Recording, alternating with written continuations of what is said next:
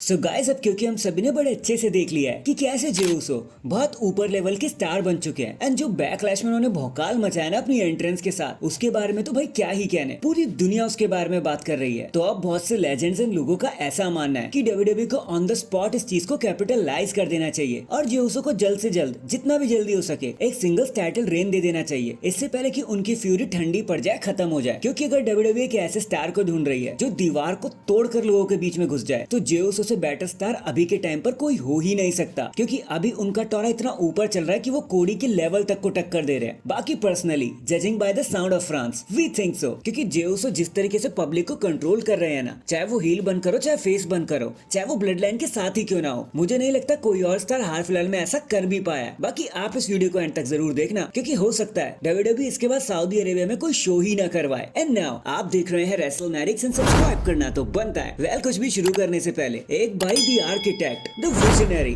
The revolutionary Seth Rollins का ये वाला लुक देख लो भाई। बहुत से लोगों का तो ऐसा मानना है कि उन्होंने गंजाई करा लिया है, बॉल्ड हो गए हैं वो एकदम, दाढ़ी भी उन्होंने बहुत छोटी छोटी करा ली है, एकदम फनी एंड फंकी सा लुक लग रहा है, थोड़ा जेंटलमैन जैसे लग रहे हैं। होप वो जब डब्ल्यूडब्ल्यूई में वापस आए ना तो उनका लुक पहले जैसा हो गया हो, क्योंकि भाई हमें सेथ रॉलिंस में कोई चेंज नहीं चाहिए, वरना हम गाना किसके साथ गाएंगे। #Seth freaking Rollins. Well, Mark Shapiro जो इंडीवर्स ग्रुप के प्रेसिडेंट है, उन्होंने हाल ही में बताया कि सऊदी अरेबिया के साथ हमारे बहुत अच्छे रिलेशनशिप है, ज्यादा ही स्ट्रॉन्ग रिलेशनशिप है, एकदम डीप वाले, एंड इसी वजह से साल में 2 बार हम वहां पर अपने प्रीमियम लाइव इवेंट भी कराते हैं। लेकिन ये डील 2018 में विंस मैकमैन के हाथों हुई थी। सऊदी अरेबिया उन पे बहुत ज्यादा भरोसा करती थी, हम सब करते थे, बट जो भी एलिगेशन सामने आए, इसके चलते अब सबको ऐसा लगने लगा कि क्या पता हमारी रिलेशनशिप अब डेंजर में आ जाए। तो नहीं यार, फिलहाल के लिए ऐसा कुछ नहीं है, जो डील हुई है वो वहीं की वहीं स्टेट करती है। एंड निक खान जो हमारे एग्जीक्यूटिव भी हैं, वो इस चीज के लिए बहुत अच्छा काम कर रहे हैं, रिलेशनशिप वैसे ही बनाए रख रहे हैं, और फ्यूचर में जो भी इवेंट प्रॉमिस हुए ना वो तो वहीं के वहीं रहेंगे। बट हाँ, एक बात और ये भी है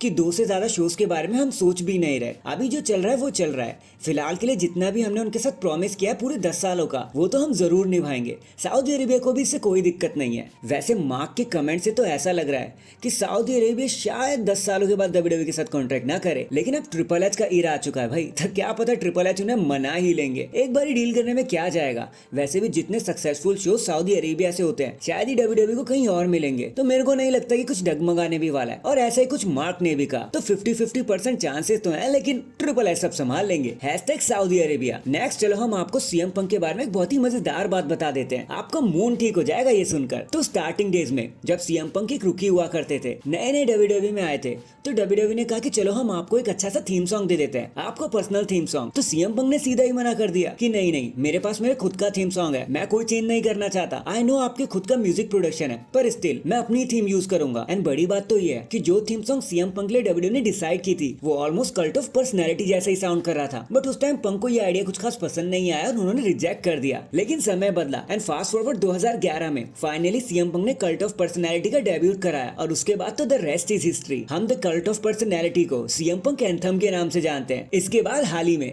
हमने देखा कि कैसे डब्ल्यूडब्ल्यूई एक एक करके फिर से लोगों को रिलीज करे जा रही है, चाहे वो बजट कट हो, चाहे कुछ भी हो, ऐसा तो हो ही रहा है ना। और फिर चाहे बात इंदु शेयर की हो या फिर जिंदर महल ही क्यों ना हो, कोई भी इससे बच नहीं पाया है। और फिर हमें सुनने को मिलता है कि गेबल स्टीवसन, जिन्हें डब्ल्यूडब्ल्यूई इतने हाईली पुश कर रहे थे, जिनको नेक्स्ट ब्रॉक लेसनर का अपोनेंट माना जा रहा था, उनको भी हाल ही में रिलीज कर दिया गया है। तो भाई सब सकते में आ गए कि आखिर ये क्या हो गया, गेबल स्टीवसन को क्यों रिलीज कर दिया। तो देखो शायद इसका रीजन अब बाहर आ चुका है। तो देखो, अकॉर्डिंग टू द रिपोर्ट्स, आप जिस तरीके से पूछ रहे थे ना कि उन्हें निकाला क्यों, तो गेबल स्टीवसन को बहुत हाई सैलरी पे हो रही थी, क्योंकि वो इतने बड़े एथलीट भी जो हैं, गोल्ड मेडलिस्ट जो हैं, बट उसके बदले में गेबल स्टीवसन डब्ल्यूडब्ल्यूई को कुछ ऑफर नहीं कर पा रहे थे, और ना ही उन्हें वो पॉप मिल रहा था जो डब्ल्यूडब्ल्यूई ने उनके लिए सोचा हुआ था। लोग कंफ्यूज रहते थे कि भाई इस बंदे को कैसे ट्रीट करना चाहिए, एंड इसीलिए डब्ल्यूडब्ल्यूई ने उन्हें रिलीज कर देना ही जरूरी समझा कि जब इसके साथ कोई फ्यूचर ही नहीं है तो पैसे देने का मतलब ही क्या है। So all the best Gable भैया, होप फ्यूचर आपके लिए अच्छा रहेगा और आप सब कुछ बेटर करके एक दिन दोबारा वापस आ जाएंगे। So that is it guys, अभी के लिए तो बस इतना ही। आप मुझे बताना, क्या जे उसो को अब एक बड़ी वर्ल्ड टाइटल चैंपियनशिप दे देनी चाहिए? आपको क्या लगता है? कमेंट करके जरूर बताना। एंड चैनल पर नया है तो चैनल को जल्दी से लाइक एंड सब्सक्राइब कर दो। बाकी मैं मिलता हूँ आपसे किसी और अपडेट के साथ, तब तक के लिए अपना ख्याल रखें और खुश रहें।